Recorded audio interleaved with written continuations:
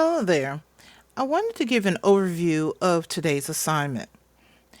Your job is to create a poem. Well, for this poem, we are going to be creating a biography poem. So let's get into what this is about. So, before we get into the format of the poem, let's talk about what a biography is. A biography is a detailed account of someone's life written by another person.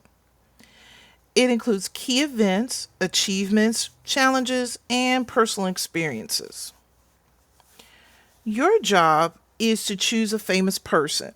It could be from history, science, sports, etc., whatever the choice is. You're going to find key facts about their life, whatever challenges they had, whatever achievements they had, things that would make another person who is not familiar with that person of your choice understand how important this person is to society.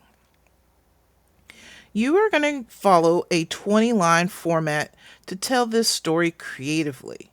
And remember, it's not a story, it's a poem, but your poem will have a sense of flow to make it sound like a story. You're going to include a quote or a famous saying that best represents who that person is. Remember, you're typing this, so always check for errors and ensure that it has a smooth flow. You're going to type this in Google Classroom, so a format is going to be already created for you. And I would love to share these poems with other people, so make sure that your spelling, capitalization, where appropriate, is completely looked through and adjusted. So, have you selected your person yet? So here's a copy of the format. Of course, when you get ready to turn in your assignment, you'll have your own Google Doc to type on. So, of course, your job is to first talk about the person's first and last name. And you can read for yourself all the things that you're going to be having to look for. Now, one thing I want you to remember that it is a poem. So you don't have to create long sentences. These could be short, bite-sized phrases. So as long as your phrase helps make that line make sense, that is perfectly acceptable.